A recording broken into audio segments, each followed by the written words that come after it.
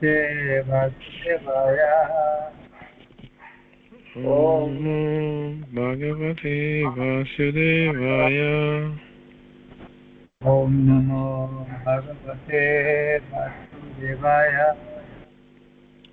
Om Namo Bhagavate Vasudevaya. All right, so Raghunathan, you can start reading from there. Okay.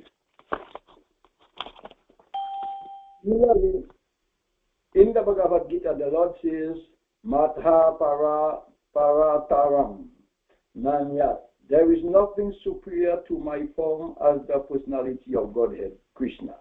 He also says elsewhere in Bhagavad Gita, Aham Adihi Devanam. I am the origin of all the demigods. And after understanding Bhagavad Gita from Krishna, Arjuna also confirms this is in the following words: Param Brahma, Param Dhamma, Pravitram, Paramam Bhavam.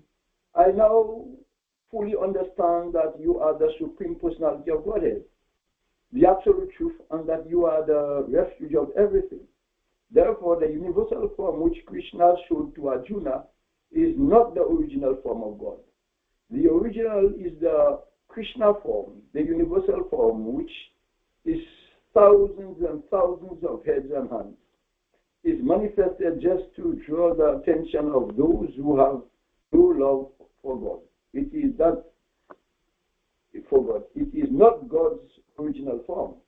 The universal form is not attractive for pure devotees who are in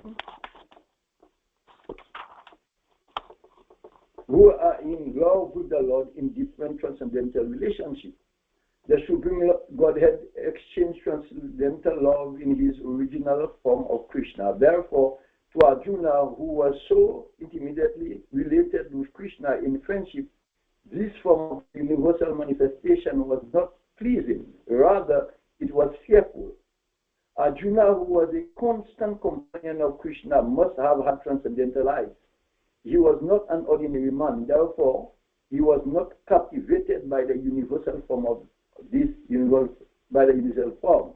This form may seem wonderful to persons who are involved in elevating themselves by puritive activities, but not to persons who are engaged in devotional service. The 200 form of Krishna is the most dear one. Text 55. Matkama Krina Mat Paramu Mad Bhakta Sangat Rajita Naivaraya Sava Bahiteshu Yatsa Mam Iti Pandava. Translation. My dear Arjuna, he who engages in my pure devotional service, free from the contamination of punitive activities and mental speculation, he who works for me, who makes me the supreme goal of his life, and who is friendly to every living being, he certainly comes to me. Anyone who wants to approach the supreme of all personalities of Godhead on the Krishna Loka planet in the spiritual sky and be intimately connected with the Supreme Personality of Godhead must take this formula as stated by the Supreme himself. Therefore, this verse is considered to be the essence of Bhagavad Gita. The Bhagavad Gita is a book directed to the conditioned souls who are engaged in the material world with the purpose of lording it over nature and who do not know of the real spiritual life. The Bhagavad Gita is meant to show how one can understand his spiritual existence and his eternal relationship with the Supreme Personality, and to teach one how to get back home, back to Godhead. Now here is the verse which clearly explains the process by which one can attain success in his spiritual activity, devotional service. As far as work is concerned, one should transfer his energy entirely to Krishna consciousness activities, as stated in the Bhakti Rasamrita Sindhu 1.2.2.1.2.2.5. Anasaktasya Vaishayam Yadhaham upaya jataha nibandaha Krishna sambandhi yukim vagyam uchyati. No work should be done by any except in relationship to Krishna. This is called Krishna Kama. One may be engaged in various activities, but one should not judge the result of his work. The result should be done only for him. For example, one may be engaged in business, but to transform that activity into Krishna consciousness. One has to do business for Krishna. If Krishna is the proprietor of the business, then Krishna should enjoy the profit of the business. It is a business is in his possession of thousands and thousands of dollars, and if he has to offer all this to Krishna, he can do it. This is work for Krishna. Instead of constructing a big building for his sense gratification, he can construct a nice temple for Krishna, and he can install the deities of Krishna and arrange for the deity service, as is outlined in the authorized books of devotional service. This is all Krishna Karma. One should not be attracted to the result of his work, but the result should be offered to Krishna, and one should accept prasadam, the remnants of offering Krishna. If one constructs a very big building for Krishna and installs the deity of Krishna, one is not prohibited from this, but it is understood that the proprietor of the building is Krishna. This is called Krishna consciousness. If, however, one is not able to construct a temple for Krishna, one can engage himself in cleansing the temple of Krishna. That is also Krishna Karma. One can cultivate a garden. Anyone who has land in India, at least any foreman has a certain amount of land. Can utilize that from Krishna by growing flowers to offer him. One can sow tulsi plants, because tulsi leaves are very important, and Krishna recommends this in Bhagavad Gita. Patram upsam palam toyam. Krishna desires that one offer him either a leaf or a flower, a fruit or a little water, and by such an offering he is satisfied. This leaf especially refers to the tulsi, so one can show tulsi and pour water on the plant. That even the poorest man can engage in the service of Krishna. There are some of the examples of how one can engage in working for Krishna. Rather, excuse me for the note. The word Maparama refers to one who considers the association of him above to be the highest profession of life. Such a person does not wish to be elevated in the higher planets, such as the moon or sun or heaven planet, or even the higher planets of this universe. Brahma, he has no attraction for that. He is only attracted to being transferred to the spiritual side. And even in the spiritual side, he is not satisfied with the growing Brahmajic impulses. For he wants to enter the highest spiritual planet, namely Krishna Loka. Vaisnava. Goloka Vaisnava. He has full knowledge of the planet, and therefore he is not interested in any other. And indicated by the words Bhakta, he is fully engaged in devotional spirit, especially in the ninth process of devotional engagement, hearing, chanting, remembering, worshipping, serving the lotus feet of the Lord, offering prayers, carrying out the orders of the Lord, making friends with him, and surrendering everything to him. One can engage in all 9 emotional processes, or 8 or 7, or at least in one, and that will surely make one perfect. All right.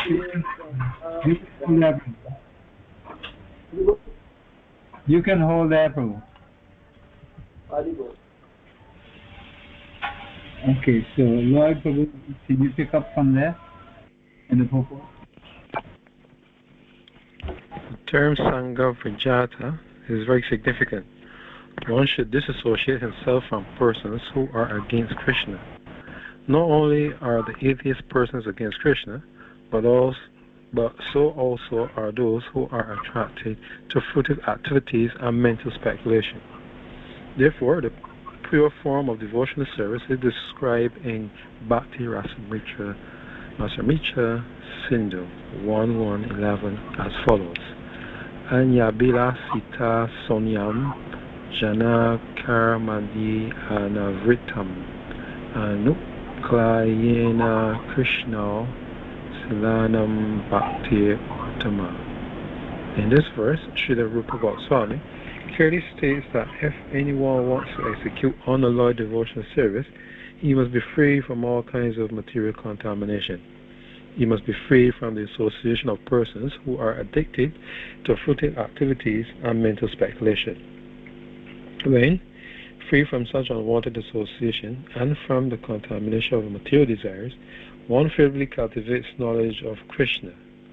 That is called pure devotional service. Anukulayasa sankalpa pratikulasya vrijanam Haribhakta Vilasa 11.6.76. One should think of Krishna and act for Krishna favorably, not unfavorably. Kamsa was an enemy of Krishna's. From the very beginning of Krishna's birth, Kamsa planned in so many ways to kill him. And because he was always unsuccessful, he was always thinking of Krishna. Thus, while working, while eating, and while sleeping, he was always Krishna conscious in every respect. But that Krishna consciousness was not favorable, and therefore, in spite of his always thinking of Krishna 24 hours a day, he was considered a demon, and Krishna at last killed him. Of course, anyone who is killed by Krishna attains salvation immediately, but that is not the aim of the pure devotee. The pure devotee does not even want salvation. He does not want to be transferred even to the highest planet, Goloka Vrindavan. His only objective is to serve Krishna wherever he may be. A devotee of Krishna is friendly to everyone. Therefore, it is said here that he has no enemy, Nivaira. How is this? A devotee situated in Krishna consciousness knows that only devotional service to Krishna can relieve a person from all the problems of life. He has personal experience of this, and therefore he wants to introduce this system, Krishna consciousness, into human society. There are many examples in history of devotees of the Lord who risked their lives for the spreading of God consciousness. The favorite example is Lord Jesus Christ. He was crucified by the non-devotees, but he sacrificed his life for spreading God consciousness. Of course, it would be superficial to understand that he was killed. Similarly, in India also, there are many examples, such as Thakur Haridas and Prahlad Maharaj. Why such risks? Because they wanted to spread Krishna consciousness, and it is difficult. A Krishna conscious person knows that if a man is suffering, it is due to his forgetfulness of his eternal relationship with Krishna. Therefore, the highest benefit one can render to human society is relieving one's neighbor from all material problems. In such a way, a pure devotee is engaged in the service of the Lord. Now, we can imagine how merciful Krishna is to those engaged in his service, risking everything for him. Therefore, it is certain that such persons must reach the Supreme Planet after leaving the body. In summary, the universal form of Krishna, which is a temporary manifestation, and the form of time, which devours everything, and even the form of Vishnu, four-handed, have all been exhibited by Krishna. Thus, Krishna is the origin of all these manifestations. It is not that Krishna is a manifestation of the original Vishvarupa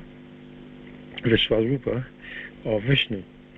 Krishna in the original is the origin, of all forms. There are hundreds and thousands of Vishnus, but for a devotee, no form of Krishna is important but the original form, two-handed Swamasundara. In the Brahma Samhita, it is stated that those who are attached to the Swamasundara form of Krishna in love and devotion can see him always within the heart and cannot see anything else.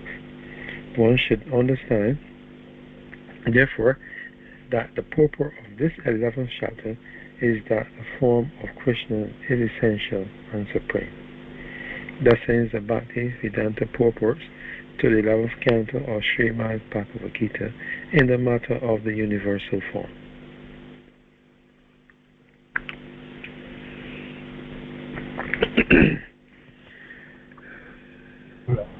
You can hold Sorry? You can hold that. We're going to go ahead and move into chapter 12.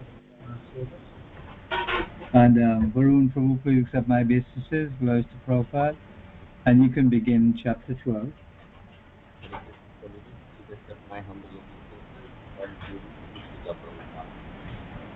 Reading from chapter 12, Devotional Service. Text 1. Arjun uvacha evam satata yukta ye bhaktastvam paryupasate ye chapi aksharam avyaktam tesham ke yoga vittama. Arjun inquired, which are considered to be more perfect, those who are always properly engaged in your devotional service, or those who worship the impersonal Brahman, the unmanifested? Purport. Krishna has now explained about the personal, the impersonal, and the universal, and has described all kinds of devotees and yogis.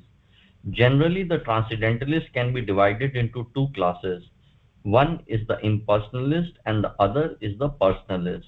The personalist devotee engages himself with all energy in the service of the Supreme Lord. The impersonalist also engages himself not directly in the service of Krishna but in meditation on the impersonal Brahman, the unmanifested. We find in this chapter that of the different processes for realization of the absolute truth, Bhakti Yoga, devotional service, is the highest. If one at all desires to have the association of the Supreme Personality of Godhead, then he must take to devotional service. Those who worship the Supreme Lord directly by devotional service are called personalists. Those who engage themselves in meditation on the impersonal Brahman are called impersonalists. Arjun is here questioning which position is better. There are different ways to realize the absolute truth. But Krishna indicates in this chapter that Bhakti Yoga or devotional service to him is the highest of all. It is the most direct and it is the easiest means for association with the Godhead. In the second chapter of Bhagavad Gita, the Supreme Lord explained that a living entity is not the material body. He is a spiritual spark, and the absolute truth is the spiritual whole. In the 7th chapter, he spoke of the living entity as being part and parcel of the Supreme Whole and recommended that he transfer his attention fully to the whole. Then again in the 8th chapter, it was said that anyone who thinks of Krishna at the time of quitting his body is at once transferred to the spiritual sky, to the abode of Krishna. And at the end of the 6th chapter, the Lord clearly said that of all yogis, one who always thinks of Krishna within himself is considered the most perfect. So in practically every chapter, the conclusion has been that one should be attached to the personal form of Krishna, for that is the highest spiritual realization. Nevertheless, there are those who are not attached to the personal form of Krishna. They are so firmly detached that even in the preparation of commentaries to Bhagavad Gita, they want to distract other people from Krishna and transfer all devotion to the impersonal Brahma Jyoti. They prefer to meditate on the impersonal form of the absolute truth, which is beyond the reach of the senses and is not manifest. And so, factually, there are two classes of transcendentalists. Now Arjun is trying to settle the question of which process is easier and which classes is most perfect. Which of the classes is most perfect? In other words, he is clarifying his own position because he is attached to the personal form of Krishna. He is not attached to the impersonal Brahman. He wants to know whether his position is secure. The impersonal manifestation, either in this material world or in the spiritual world of the Supreme Lord, is a problem for meditation. Actually, one cannot perfectly conceive of the impersonal feature of the absolute truth. Therefore, Arjun wants to say, what is the use of such a waste of time? Arjun experienced in the 11th chapter that to be attached to the personal form of Krishna is best because he could thus understand all other forms at the same time, and there was no disturbance to his love for Krishna. This important question asked of Krishna by Arjun will clarify the distinction between the impersonal and personal conceptions of the absolute truth. Text 2.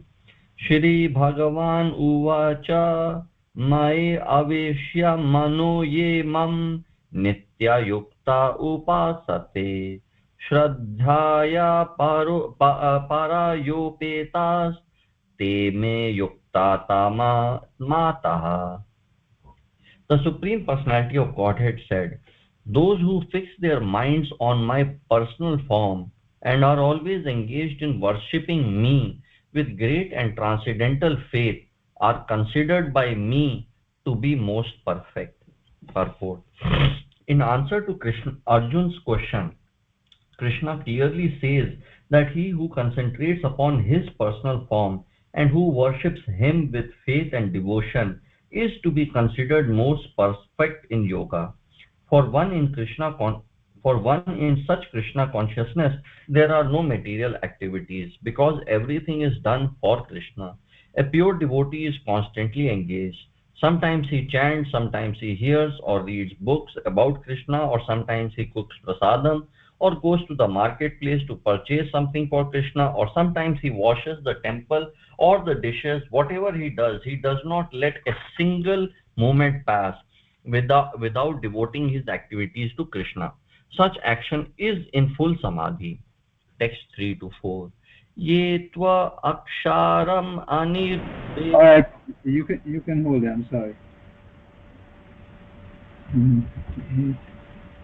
All right, Mataji, are you able to read? If you Hare can't, Krishna. Yes, please. please accept my humble obeisances. All glories to Srila Prabhupada. Yes, text 3-4. Yet aksharam anirdesyam avyaktam paryupasate sarvatragam achintyam cha kutastham akalam dhruvam sanyamyendriya gramam sarvatra samabudhayah te prapuvanti mam eva sarvabhuta hiteratah. By those who fully worship the unmanifested, that which lies beyond the perception of the senses, the all-pervading, inconceivable, unchanging, fixed, and immovable, the impersonal conception of the absolute truth, by controlling the various senses and being equally disposed to everyone, such persons engaged in the welfare of all at last achieve me. Purpose. Those who do not directly worship the Supreme Godhead, Krishna, but who attempt to achieve the same goal by an indirect process, also ultimately achieve the same goal, Sri Krishna. After many births, the man of wisdom seeks refuge in me, knowing that Vasudeva is all. When a person comes to full knowledge after many births, he surrenders unto Lord Krishna. If one approaches the Godhead by the method mentioned in this verse, he has to control the senses render service to everyone, and engage in the welfare of all beings. It is inferred that one has to approach Lord Krishna, otherwise there is no perfect realization.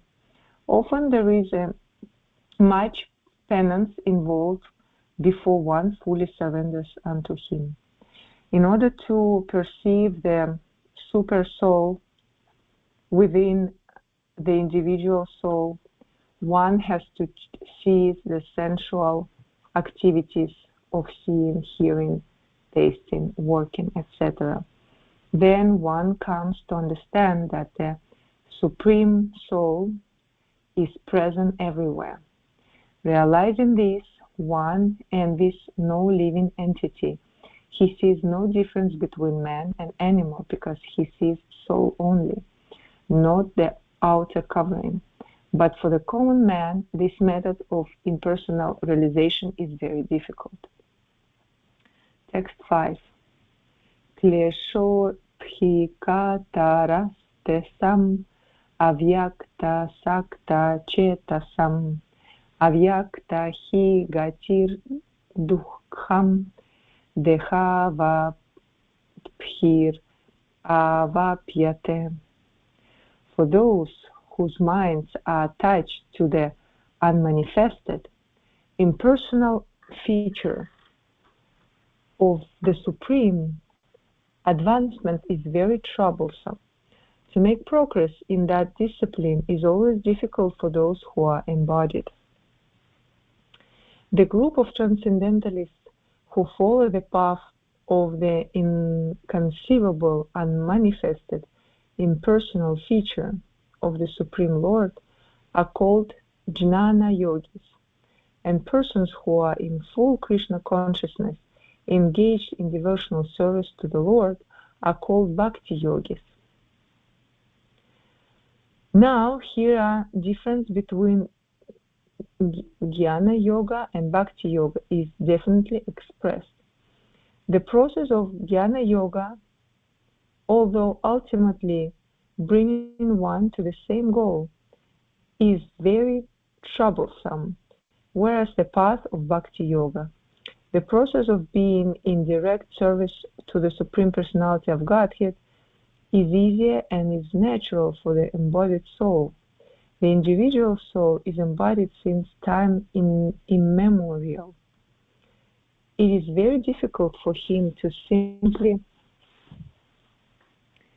theoretically understand that he is not the body. Therefore, the Bhakti Yogi accepts the deity of Krishna as worshipable because there is some bodily conception fixed in the mind, which can thus be applied. Of course, worship of the Supreme Personality of Godhead in his form within the temple is not idol worship. There is evidence in the Vedic literature that worship may be saguna or nirguna, of the Supreme possessing or not possessing attributes. Worship of the deity in the temple is saguna worship, for the Lord is represented by material qualities. But the form of the Lord, though represented by material qualities such as stone, wood, or oil paint, is not actually material. That is the absolute nature of the Supreme Lord. A crude example may be given here. We may find some mailboxes on the street, and if we post our letters in those boxes, they will naturally go to their destination without difficulty. But any old box or an imitation which we may find somewhere, but which is not authorized by the post office, will not go to the work. Similarly, God has an authorized representation in the deity form, which is called Archa Vigraha. This Archa Vigraha is an incarnation of the Supreme Lord. God will accept service through that form. The Lord is omnipotent, all-powerful. Therefore, by his incarnation as Archa-Vigraha, he can accept the service of the devotee, just to make it convenient for the man in conditioned life. All right, so you can hold that.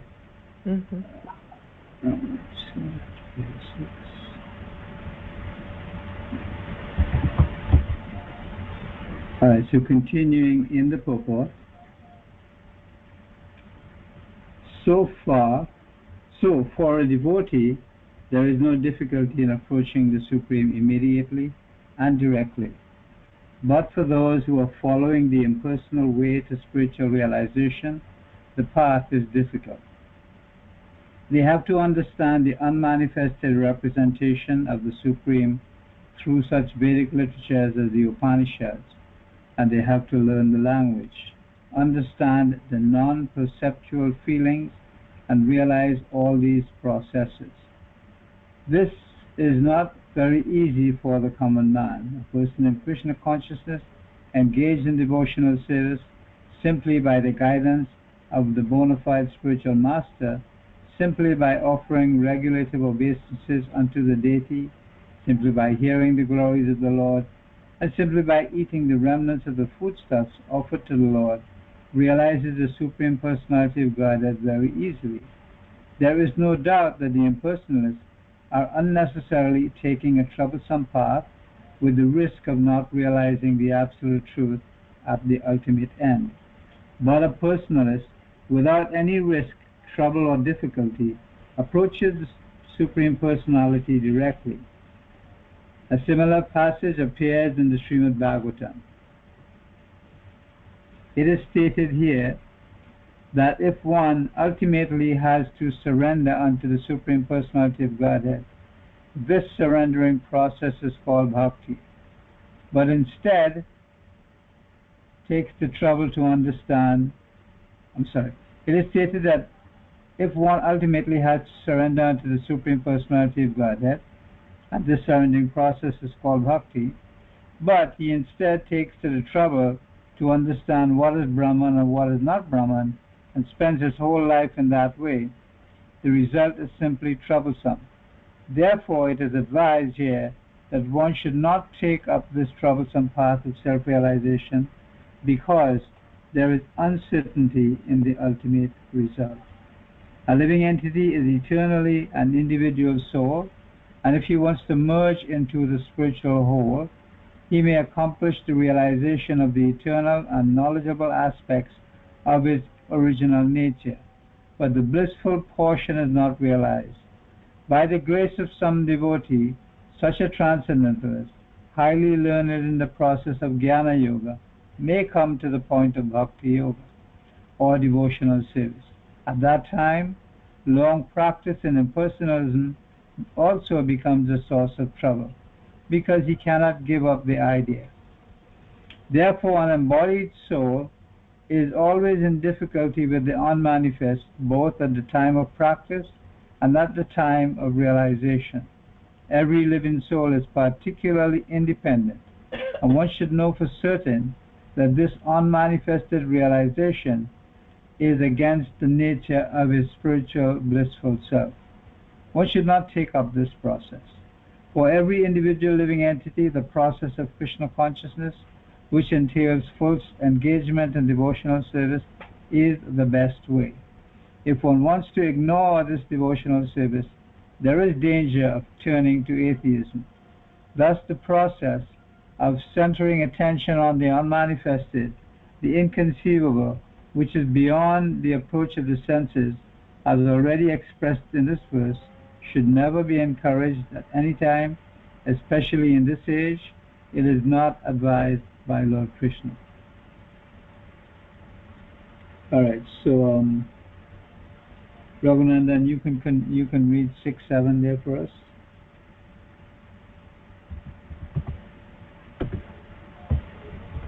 Haribo 6-7. Ye tu savantu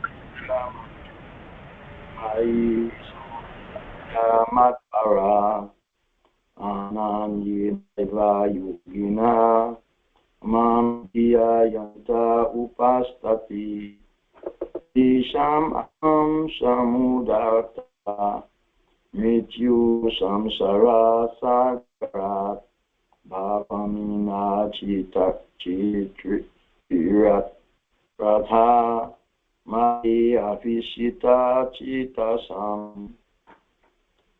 Translation. But those who worship me, giving up all their activities unto me, and being devoted to me without deviation, engaging devotional service and always meditating upon me, having fixed their minds upon me, O Son of Father, for them I am the swift deliverer from the ocean of birth and death. Purport. It is explicitly stated here that devotees are very fortunate to be delivered very soon from material existence by the Lord. In pure devotional service, one could come to the realization that God is great and that the individual soul is subordinate to Him. His duty is to render service to the Lord, and if he does not, then he will render service to Maya. As stated before, the Supreme Lord can be appreciated only by devotional service. Therefore, one should be fully devoted. One should fix his mind fully on Krishna in order to achieve Him. One should work only for Krishna. It does not matter in what kind of work one engages, but the work should be done only for Krishna. That is the standard of devotional service. The devotee does not desire any achievement other than pleasing the Supreme Personality of Godhead. His life's mission is to please Krishna, and he can sacrifice everything for Krishna's satisfaction. Just as Arjuna did in the Battle of Kurukshetra. The process is very simple. One can devote himself in his occupation, engage at the same time in chanting Hare Krishna, Krishna Krishna, Hare Hare, Hare Rama, Rama Rama, Hare Hare. Such transcendentalist chanting attracts the devotees to the Supreme Personality of Godhead. The Supreme Lord, the herein, promises that without delay he will deliver a pure devotee, thus engaged from the oceans of material existence. Those who are advanced in yoga practice can willfully transfer the soul to whatever planet they like, or by the yoga process, and others take the opportunity in various ways. But as far as the devotees is concerned, it is clearly stated here that the Lord himself takes him. The devotee does not need to wait to become very experienced in order to transfer himself to the spiritual sky. In the Braha Purana, this verse appears. Nayani Puramam Stathanam Atsi Adigatim Vina Buddha Sankandam Arupya Yuhi Chaham Anizvaritaha. The purport of this verse is that a devotee does not need to practice Asanga yoga in order to transfer his soul to the spiritual planets. The responsibility is taken by the Supreme Lord himself. He clearly states here that he himself becomes the deliverer. A child is completely cared for by his parent, and thus his position is secured. Similarly, a devotee does not need to endeavor to transfer himself by yoga practice to other planets. Rather, the Supreme Lord, by his great mercy, comes at once riding on his body, Karya Garuda, and at once delivers the devotee from material existence. Although a man who has fallen in the ocean may struggle very hard and may be very expert in swimming, he cannot save himself. But if someone comes and picks him up from the water, then he is easily rescued. Similarly, the Lord picks up the devotees from the material existence. One simply has to practice the easy process of Krishna consciousness and fully engage himself in devotional service. Any intelligent man should always prefer the process of devotional service to all other paths. In the Narayana, this is confirmed as follows. Okay. Okay, you can hold that. And Lord, can you continue from there?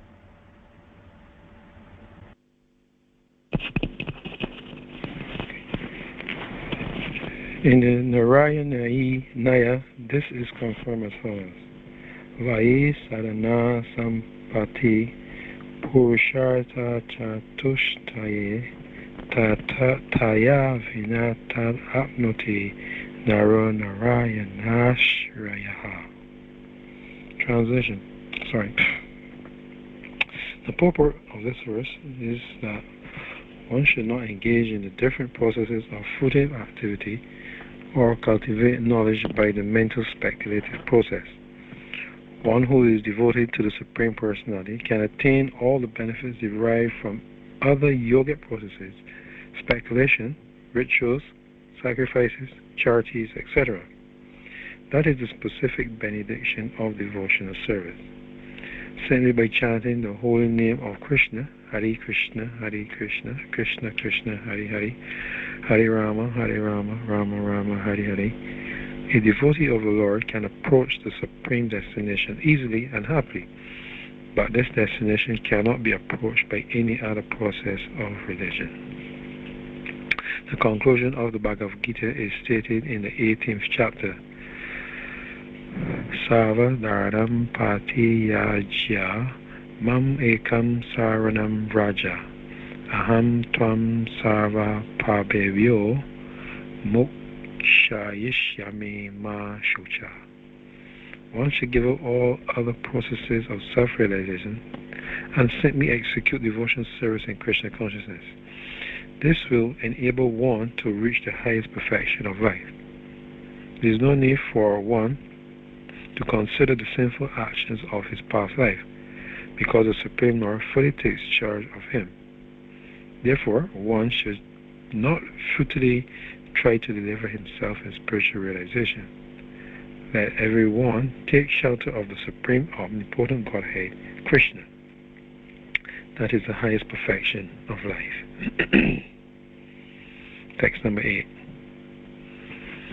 Mayeva mana adatswa Mayi purim niveshaya Nivasishyashi mayeva Ataru davam na samsaya. Translation. Just fix your mind upon me, the Supreme Personality of Godhead, and engage all your intelligence in me. Thus you will live in me always, without a doubt. Purport. One who is engaged in the Lord's devotional service lives in a direct relationship with the Supreme Lord, so there is no doubt that his position is transcendental from the very beginning. A devotee does not live on the material plane. He lives in Krishna. The holy name of the Lord and the Lord are non-different. The holy name of the Lord and the Lord are non-different. Therefore, when a devotee chants Hare Krishna, Krishna and his internal potency are dancing on the tongue of the devotee.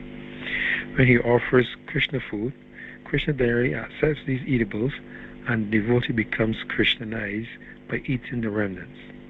One does not engage in such service cannot understand how this is so, although this is a process recommended by the Bhagavad Gita and other Vedic literatures. Text number 9. Hata chetam samadatam na shaknoshi mai stiram abhyasya yogena tato mam ishpatum dhananjaya. Translation. My dear Arjuna, O winner of wealth, if you cannot fix your mind upon me without deviation, then follow the regulative principles of Bhakti Yoga. In this way, develop a desire to attain me. Purport. In this verse, two different processes of Bhakti Yoga are indicated. The first applies to one who has actually developed an attachment for Krishna, the Supreme Person's Godhead, by transcendental love, and the other is for one who has not developed an attachment for the Supreme Person by transcendental love. For this second class, there are different prescribed rules and regulations one can follow to be ultimately elevated to the stage of attachment to Krishna. Bhakti Yoga is the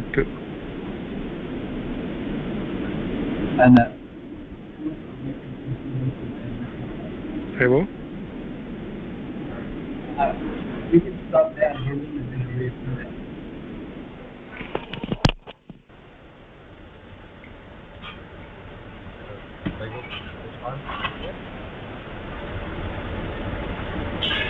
Yeah, it's Bhakti Yoga, the purification of the senses. Bhakti Yoga is the purification of the senses. At the present moment in material existence, the senses are always impure, being engaged in sense gratification. But by the process of Bhakti Yoga, these senses can become purified, and in the purified state they come in directly in contact with the Supreme Lord. In this material existence, I may be engaged in some service to some master, but I don't really lovingly serve my master. I simply serve to get some money. And the master also is not in love. He takes service from me and pays me. So there is no question of love. But for spiritual life, one must be elevated to the pure stage of love. That stage of love can be achieved by practice of devotional service performed with the present senses. This love of God is now in a dormant state in everyone's heart, and their love of God is manifested in different ways, but it is contaminated by material association. Now the heart has to be purified of the material association, and that dormant natural love for Krishna has to be revived. That is the whole process. To practice the regulative principles of Bhakti Yoga, one should, under the guidance of an expert spiritual master, follow certain principles. One should rise early in the morning, take bath, enter the temple, and offer prayers and chant Hare Krishna. Then collect flowers to offer to the deity, cook foodstuffs to offer to the deity, take prasadam, and so on. There are various rules and regulations which one should follow, and one should constantly hear Bhagavad Gita and Srimad Bhagavatam from pure devotees. This practice can help anyone rise to the level of love of God, and then he is sure of his progress into the spiritual kingdom of God. This practice of Bhakti Yoga under the rules and regulations with the direction of a spiritual master will surely bring one to the stage of love of God. Text 10. अभ्यासे पिये असामर्थो स्थि मत कर्म परमो भावा मद अर्थम अपि कर्माणि कुर्वान् सिद्धिम अवाप्स्यसि. If you cannot practice the regulations of Bhakti Yoga, then just try to work for me, because by working for me, you will come to the perfect stage. Purport. One who is not able One who is not able even to practice the regulative principles of Bhakti Yoga under the guidance of a spiritual master can still be drawn to this perfectional stage by working for the Supreme Lord. How to do this work has already been explained in the 55th verse of the 11th chapter. One should be sympathetic to the propagation of Krishna consciousness. There are many devotees who are engaged in the propagation of Krishna consciousness, and they require help. So, even if one cannot directly practice the regulative principles of Bhakti Yoga, he can try to help such work. Every endeavor requires land, capital, organization, and labor. Just as in business, one requires a place to stay, some capital to use, some labor, and some organization to expand, so the same is required in the service of Krishna. The only difference is that in materialism, one works for sense gratification. The same work, however, can be performed for the satisfaction of Krishna, and that is spiritual activity. If one has sufficient money, he can help in building an office or temple for propagating Krishna consciousness, or he can help with publications. There are various fields of activity, and one should be interested in such activities.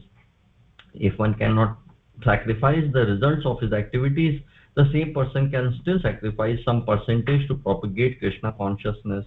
This voluntary service to the cause of Krishna consciousness will help one to rise to a higher state of love for God, whereupon one becomes perfect. Text 11. Athaitad api ashaktosi kartum mad yogam ashrita sarva karma phala tyagam tatah kuru yatatmavam.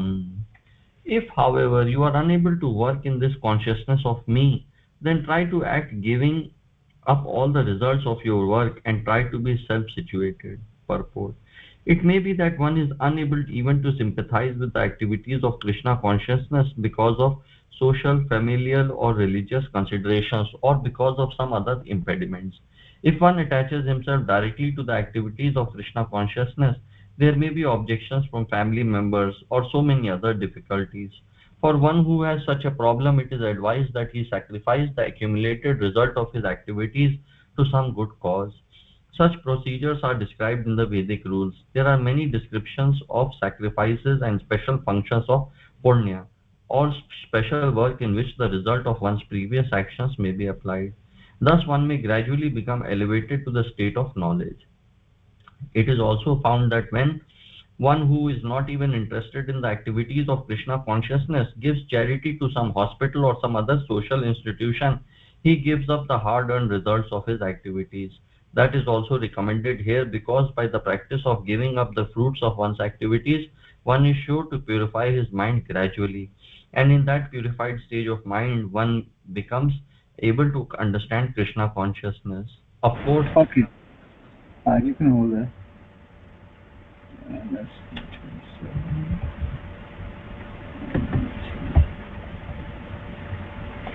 Of course, Krishna consciousness is not dependent on any other experience, because Krishna consciousness itself can purify one's mind.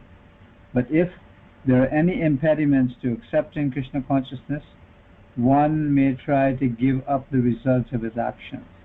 In that respect, social service, community service, national service, sacrifice for one's country, etc., may be accepted so that someday one may come to the stage of pure devotional service to the Supreme Lord.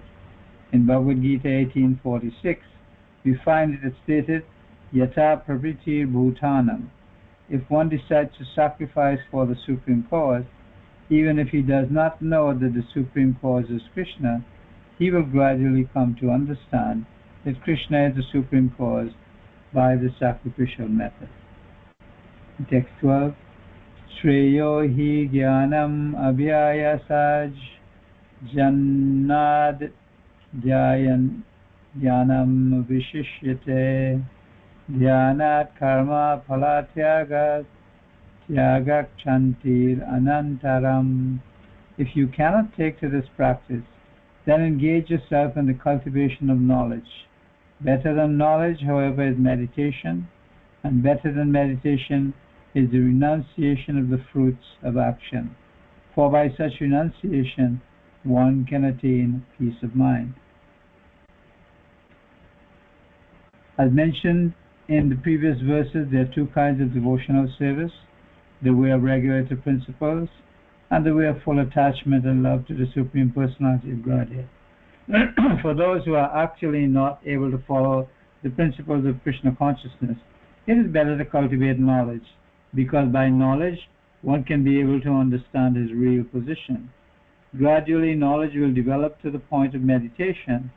By meditation, one can be able to understand the Supreme Personality of Godhead by a gradual process.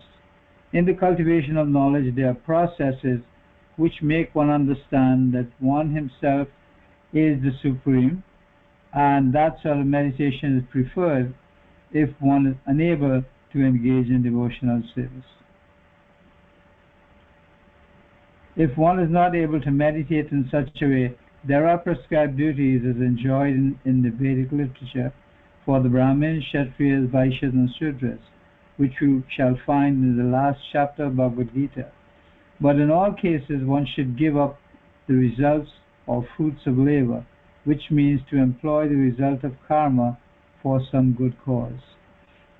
In summary, to reach the Supreme Personality of Godhead, the highest goal, there are two processes. One process is by gradual development, and the other process is direct. Devotional service in Krishna consciousness is the direct method, and the other methods involve renouncing the fruits of one's activities. Then one can come to the stage of knowledge, then to the stage of meditation, then to the stage of understanding the Supersoul, then to the stage of the Supreme Personality of Godhead. One may take either the step-by-step process or the direct path. The direct process is not possible for everyone, therefore the indirect process is also good. It is, however, to be understood that the indirect process is not recommended for Arjuna because he is already at the stage of loving devotional service to the Supreme Lord. It is for others who are not at this stage. For them, the gradual process of renunciation, knowledge, meditation, and realization of the Supersoul and Brahman should be followed. But as far as Bhagavad Gita is concerned, it is the direct method that is stressed. Everyone is advised to take to the direct method and surrender unto the Supreme Personality of Godhead, Krishna. Alright, so we can stop here at this point, and I will continue from 13:14. So we got to Bhagavad Gita 12:12.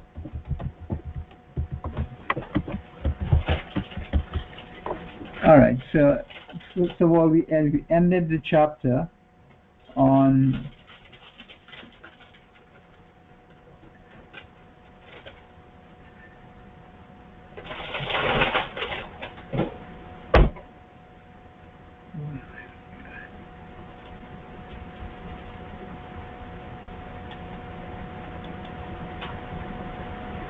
we ended the chapter on the universal form, and in that way then we came to devotional service. So here in devotional service, Arjuna was so intimately related with Krishna and his friendship, this form of universal manifestation was not very pleasing. So he didn't like the universal form so much. Actually, he was fearful of it. But he was a constant companion of Krishna's. Then he must have had transcendental eyes. He was not an ordinary man. Therefore, he was not really captivated by the universal form. This form may seem wonderful to persons who are involved in elevating themselves by fruitive activities, but to persons who are engaged in devotional service, the two-handed form of Krishna is the most dear.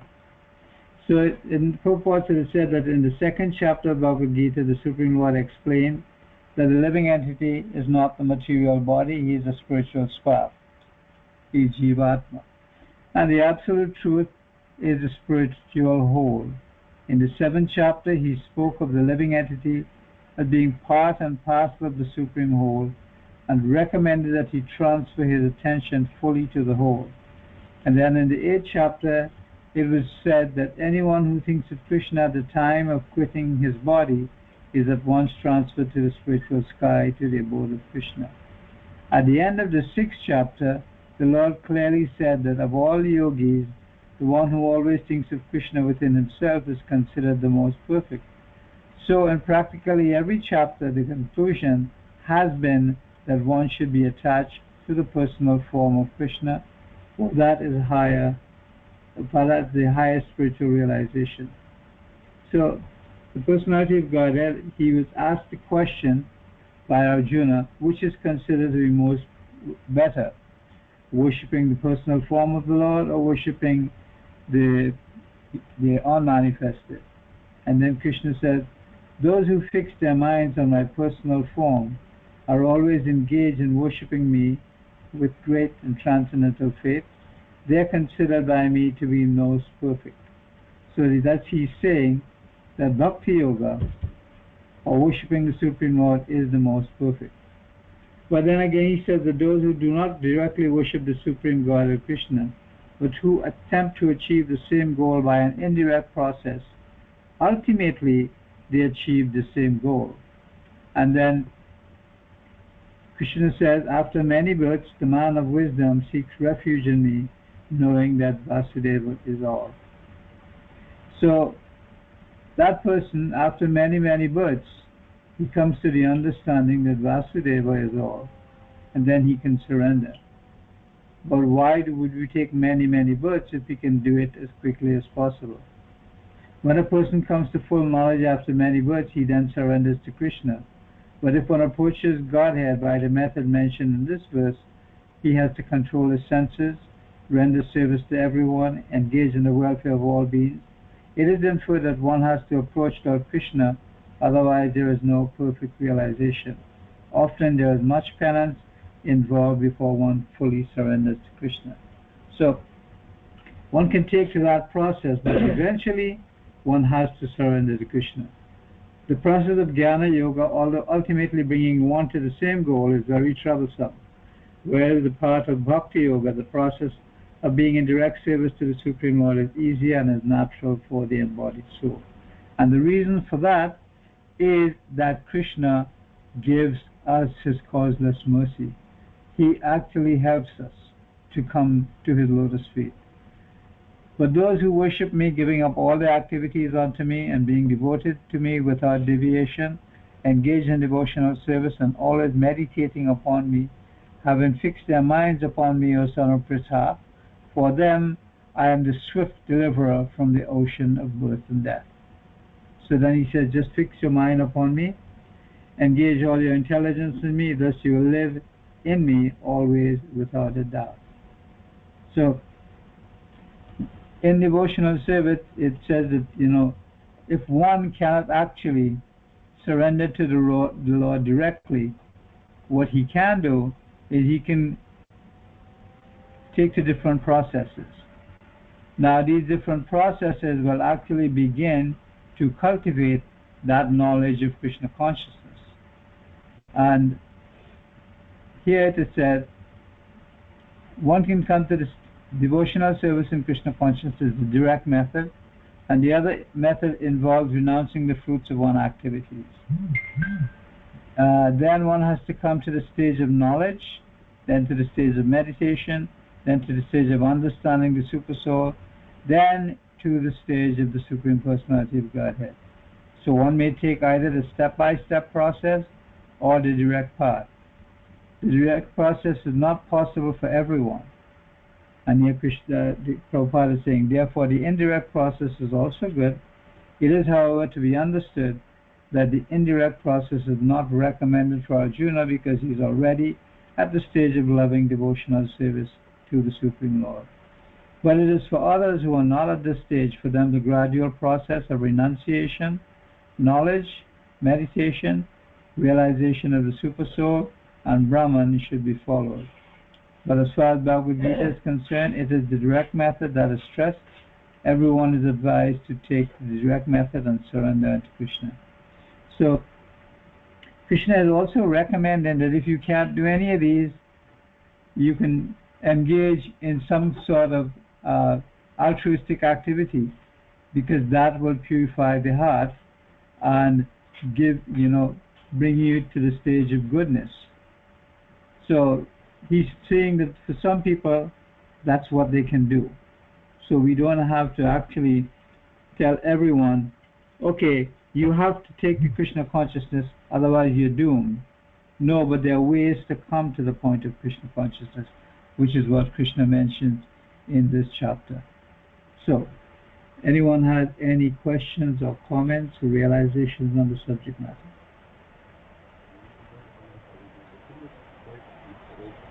These last couple of verses, because to be honest, actually, at least for me, I have not reached that point when you are constantly thinking of Lord Krishna, and but at least I can see, like, and actually not even I don't have a spiritual master yet, but at least I'm able to do other things, go to the temple quite regularly, do service there, do Sankirtan, read both Srimad Bhagavad Gita and Srimad Bhagavatam, and these things have been extremely helpful. So, and these texts, actually, the last couple of verses where Lord Krishna says that if you are not able to do, if you're not able to reach, if you're not at that high level stage, advanced stage of complete loving devotion to Lord Krishna, but you can build up to it, you can get to it, you can take on these things, all those, like verse in this chapter 12, chapter 12, the verse 9 and until now. So at least to me, I think it is very encouraging, because I mean, one wants to, but one is not there yet to be constantly thinking of Lord Krishna. But I think all these texts have really helped, not only clarify, but at least it has helped me to think more about Lord Krishna. Definitely. So, yeah.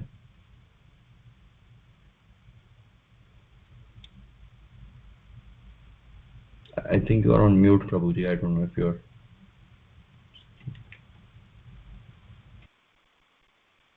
Yeah, the process is by hearing. If you hear about something, you think about that something. If you hear about the Supreme Lord, you think about Him. So the more you can think about Him, the more you become attached to Him. So this is also the direct method, because this devotional service. And in the Prabhupada was saying that even an uneducated person in the Vedas can just worship Tulsi, who offer water to the root of Tulsi, and that is considered devotional service. So in some cases it's what is called agyata sukriti, or unknowing devotional service, but it's the best way. But if one cannot do any of these, if one can't do karma yoga, or engage in knowledge, or engage in meditation on the super soul, he can do some altruistic activity, which will not bring him to Krishna consciousness, but will purify his mind and help him think of others instead of himself only. And in that way he will reduce his attachment to the fruits of his activities. And so it has to start somewhere. So actually we will be utilizing all of these processes, but we still have access to Bhakti Yoga, which is the end all. So it's good, that we understand this step-by-step method as well as the direct method, which is what Krishna is giving here. But he says, as far as Bhagavad Gita is concerned, it is the direct method that is stressed, and everyone is advised to take to that direct method and surrender to the Supreme Personality of Godhead, Krishna. So the secret is chanting the holy names in the form of the Hare Krishna mantra, a specific number of rounds each day, and 16 if you can, if you're not initiated, 16 if you are initiated. So this is the way to remember the Supreme Lord. All right, so if there's nothing else, we can stop here tonight. And Srila Prabhupada ki jai, Srimad Bhagavad Gita ki jai, Gara Premanandi, Hari Hari Ram. Hari Hari Bol, all glory to the Prabhupada.